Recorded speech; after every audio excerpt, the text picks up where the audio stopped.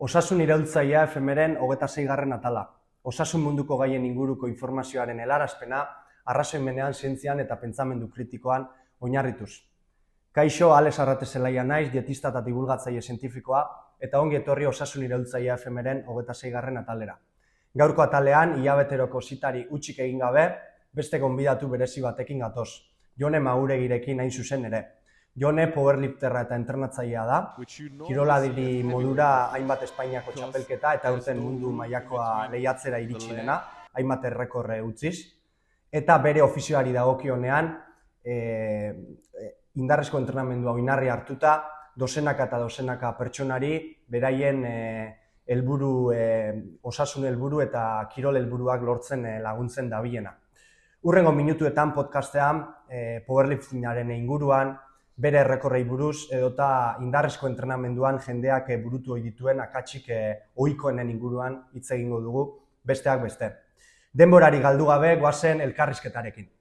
Jone Mauregi, ongi etorri podcastera, zer moduz gaude? Eskerrik asko, Alex, oso ondo da, eskerrik asko nahi mitetiarren. Elkarrizketari hasiera emateko ondorengo galdera honekin hasi nahiko nuke. Zein izan da Joneren ibilbidea, azken urteetako ibilbidea, egun den powerlifter profesional izatera iristeko? Ni hasi nintzen gimnasixun, oindala 7 urte gitxi gora bera, 7-8 urte. 18 urte bete nitzunin, Bartzelona jo nintzen, eta bertan eruken neban jentik ezautzen, da neuken zer eitzeko. Orduan, esan eban, gimnasixo baten apuntaukona, zoze itxiarren. Eta hasieran hasi nintzen, bertan emotutzu esan rutinak eitzen, pixkat zerein jakin gabe. Eta hurrengo urtin egixe da, pixkat gimnasixu alde bat alaga eta korrikan zentrau nintzela, baina gitxi dure usten, nik usto segile edo nintzela bakarrik. Eta gero, ona huelta nintzenin, ja bai hasi nintzen geisha estetika mundun sartzen. Ja hor gimnasixun geisha zentraute, muskulazioien, estetikan, eta nire gorputzek kultu bat modun eukitzen ez. Eta horrego nintzen, 3-4 urte gitxi gora bera. Eta gero, 2021 amaierarutz, neska bat egidatzizten Instagramez, gaur egun nire lagune dana Laura, eta esazten, ez dakit powerlifting ezagutzozu, baina nik asko itxen eban, sentadilla eta peso muerto horrepokan, eta powerlifting da, horretaz tratetan da ben kirol bat, eta alik eta pixo gehixen altzau da, pixkat esplika bizten powerlifting ez esan. Eta zen, ez dut ezautzen, baina superinteresanti bintzantzeate. Eta esazten, bitxu, hilabete barru justo kompetizio bada, baina kompetizio pixka lagun arteko bat, eta Nafarrun da. Orduan nahi zu probau, eta esazten, eta orduan berak esplika uste pixkat zehitxe zan, zerren bizan, eta horri gin, hasi nintzen, geisha enfoketan powerliftinga. Egixe da, nik horren eban laitzen presbanka, orduan, izan hilabete, pixkatan oitzeko, kompetizio ez zelan doien, da, dana pixkat oitzeko. Eta 2021ko abendun proba honeban lehengoz, kompetitzen, da piloa guztu baten, eta orduan hortik aurrera, igul lehen neuken hori objektibo, igul fiziko edo alde batera laga, eta geisha zentrau nintzen, indar mundun sartzen, entrenadora behaldatu ineban, azkenin objektibo diferentik di, eta gero lehengoz kompetitu neban olan ofizialki, 2022ko otzailin, da hortik gaur egunera arte, pioa guztu bate, eta hor segidot. Hortaz, azalpena. Jone, zure osasuna hobetzeko ibilbide horretan, aipatu duzu eta nik neuk YouTubeko zure kanaleko hainbaten bideo ikusi ondotik, zuk esan bezala 2017an edo izango luke honek abia puntua. Bertan, hasiera batetan, dieta restriktiboa jarraitu eta kardio ordu pila burutzetik, egun indarrezko entrenamendua lehenetzi eta flexibleak, malguak diren dietak egitera pasatu zara, edo elikadura patroiak jarraitzera. Zeintzuk izan dira Joneren sentsazioak bi etapa guztiz ezberdin hauetan? Oso sentsazio diferentik. Azkenin batez ni hasi nintzenin, neuken ide askoik, orduan askotan gukumetatik eto mundu guztik pentsetan da bena da, dieta bat izen bidala restriktibu, eta txarto pasau bizule, eta gozi pasau bizule, eta esfortzu baten bizule. Orduan, karo, hasieran azteza hor, eta zatuzu, kardio mikot, dieta restriktibu mikotxoaz, baina normal modun hartzozuz. Eta egixe da, oinatzera hueltan pentsetan bot, hasierako Jone, basatut, ez disfrutetan otzenin. Nire etxaten guztetan korrikan itxe, orduan zega itxek ezintzen korrikan itxen. Da, nire etxaten guztetan gozi pasetik, nire etxako guztetan gozi pasetik. Eta, azkenin dietak zin oso restriktibu, baina ni bertan momentu neneukenez hori jakintasune zer dan dieta bat eitzi edo zer dan bizi osasuntzu bat eruti, esatezun, bueno, hau izango da. Egixe da, gaur egun, oso biziño diferenti dauketela, ni batzen jendiaz lanin nabil horretan, eta nik nahiotena transmitidu da, bizi osasuntzu eruti bai, zer dan eta zer ez dan, batez be, eta oin bai, hori etapa ikusten bat, esatu joe. Gaur egun dauketen bizikaliari asko sobi da, eta ez dauke zer ikusik. Baina, bueno, nik ustut be bai, izezala parte bat, pasau bine bana, ikasteko, azkenin, hasieratik ondo itxen azten bazago esako beto, ze denpori aurreztozu, baina gaur egun badakit hori zer dan, eta zer eneuke nahiko barriroin. Orduan, nik ustot asko eragutiztela horrek eta pipe bai. Posten naiz. Powerliftinga. Aipatu duzu, gutxi gora bera zertan oinarritzen den edo, baina inoiz entzun ez duen, termino inoiz entzun ez duen pertsona bati edo zer den ez dakien bati, nola azalduko zenioke zer den modu ulerterraz batetan edo? Bale, nik beti ezatot, nik eta powerlifting itxogun danok, alterofilia mundu guztik ezautzen da. Adi, 2 movimentu eta 3 intente dukez. Powerliftingen antzeraku, baina beste 3 movimentu di. Ez diaut alterofiliak da. Sentadilla, peso muerto eta press de banka. Orduan, kompetizioek di lehenengo urteaz sentadilla, gero press de banka eta gero peso muerto, eta horrek 3 ariketetan enbizu alik eta pixu geixen altzau norma batzuen barrun. Horretako dukezuz, 3 intent normali lehenengo intentu izaten da erretzaua, eta pixu bakarrik alzeinke geroa da geixa ipini, ez izu gitxitzu. Lehenengo pixu faietan bozu, beste bintento dukezuz, baina ezin zeinke pixu inoz bajatu. Orduan, helburu da, bakotxin alik eta pixu geixen altzeti, ze kontetan dana da totala. Orduan, horrek 3 altzamentutan edo itxosuzen numeru gehitzu itxendi, eta horren totala, hori da, zuk lortzozun marki, eta segun hori eta segun zure pixu, zatzenin pixu kategorizape badaz, hori posizio bat hartzozu edo rankin bat ditzen da. Ados, txapelketak. Zure sarrerako aurkezpenan aipatu dut, hainbat Espainiako txapelketa eta aurten mundu mailakoa lehiatzera heldu zarela.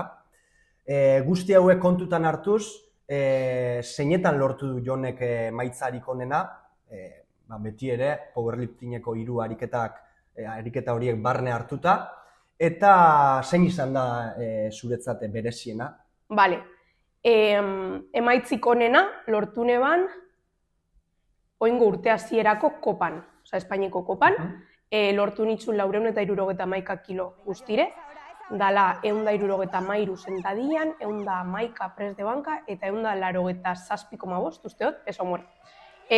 Horreaz totalaz lortu neban mundiala klasifiketia, así que nitzako hori txapelketi izen da gaur egungo garrantzitsuena, baina egixe da, gero, adibidez, individualki movimentu bakarra, diferentik lortu txuaz, adibidez mundialin, bai lortu nahi 1,7,5 press de banka, hori da gaur egungo Espainiako rekorra, orduan hori be importanti da, baina movimentu bat adibidez, geixen disfruta gotena edo, bai izango zan peso muerto, kopan, ze urte asko gona estan gaute peso muerton, eta oindala 2 urte lortu nitzun 180, eta hortik aurrera berutz gunda, ez dut lortu gehitzi, eta oingo urtin, por fin lortu got horri pixkat gehixa sartzi, orduan, igul importantiena hoiz esango neuke dara.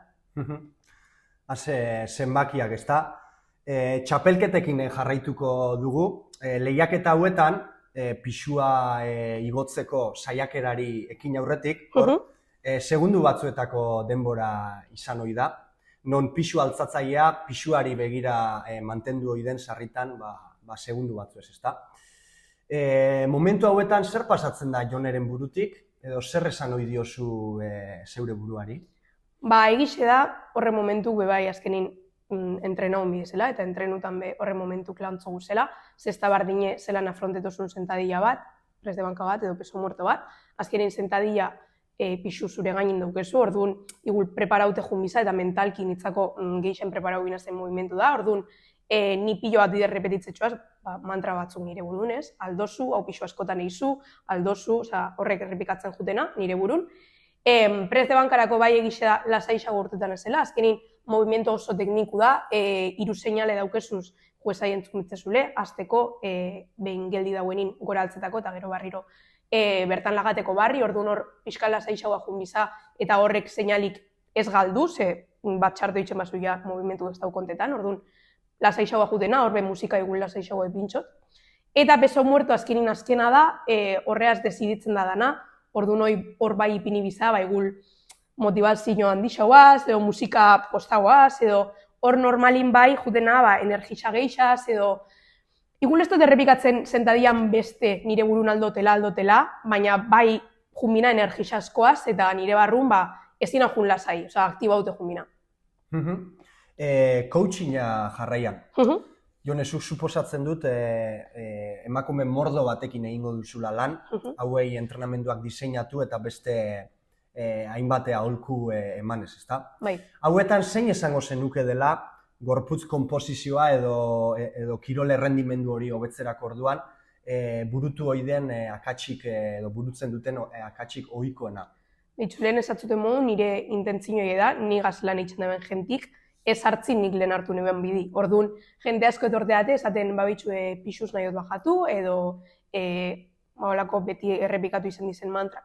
Eta nire partetik behintzet, nik beti esatu ditzu nik lagunduko zuzun nahi zuen helburu lortzen, baina nik nahi dutena da edukazio batein zure burun. Eta orduan igul nigaz azteza helburu bategaz, eta gero beste helburu bategaz amaitzozu, ze hori edukazioe inkulkautzun ditzako hori da handixena, ez? Egin aldoten gauzaik handixena.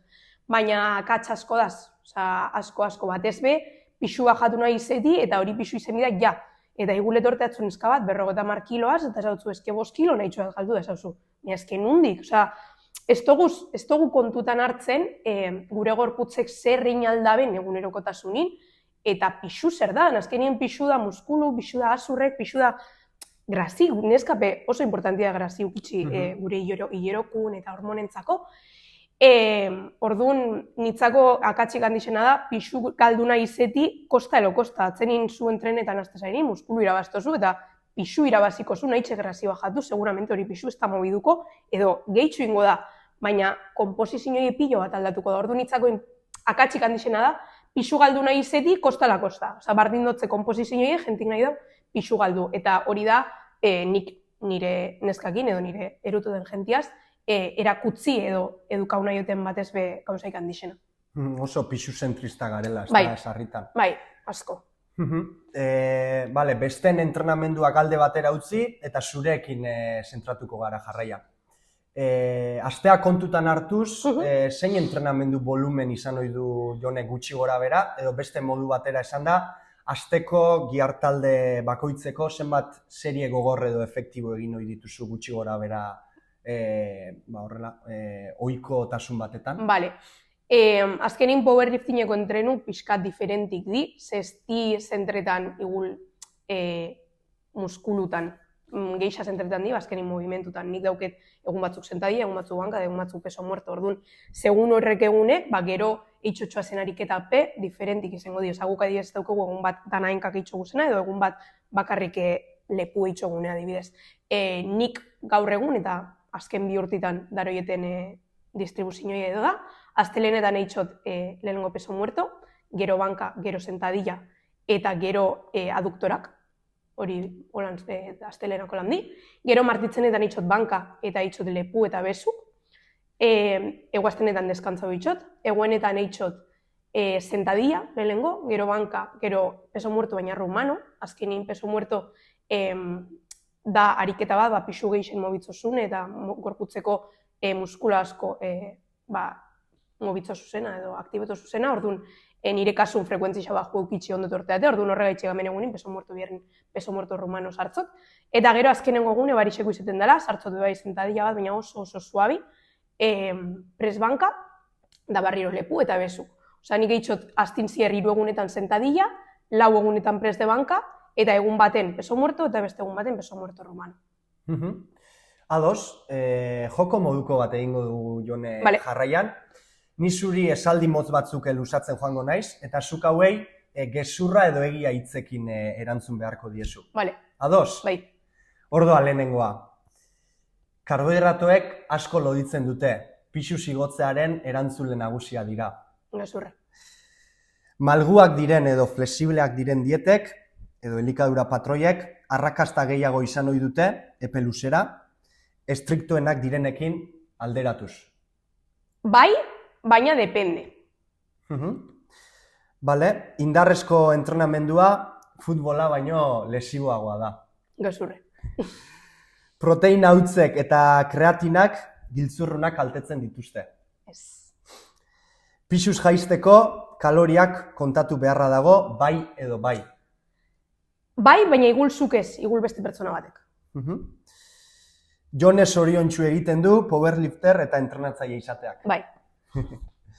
Bale, bukatzen joateko, Jone, gure ikusle edo entzuletakoren batek zurekin entrenatzen hasi nahi izango balu, Bai. zer egin dezake zurekin lanean hasteko? Ba, bitxu nik Instagram bat dauket bertan divulgatze dutena be bai, eta da Magujone, nire abizeneko lehenengo lau berbak da nire izena, Magujone, orduan bertan idatzi aldoztie bertatik, edo bestela bertan link bat dauket be bai formulario batera edo eta hori bete. Bukatzeko, azkena, zer esango zenioke 16 urteko Jone Maguregiri? Ba, batez be, ez eukitzeko bihurre gauzak txarto ditzen da bezalako. Askotan gauzak txarto ditxoguz, eta txarto urtetan dabe, baina epe luzera ikasteko balixo badabe, ez eukitzeko bihurre, hori bai, harinat ikasti gehiago jaten, ze oso importanti da, eta aparte bizixe hobetu ingotzela, bizikalidade hobi ukiko dabela, eta gauza asko ikasiko txule jaten bada. Mila esker Jone gurean izatearen, eta ondo segi. Eskerrik asko. Eta hau esan da bukatutzat emango dugu Osasun Iraultzailea FM-ren 26. atala. Mila esker entzuteagatik eta mesede bezala podcast hau partekatzea eskatuko dizuet, emandako informazio guztia erabilgarria eta lagungarria izango zaiela uste duzuen pertsona guztiekin. Horrez gain Spotify ebaluazio bat utziko bazenigukete, asko eskertuko genuke. Hurrengo atalean izango dugu elkarren berri, bitartean ondo segi.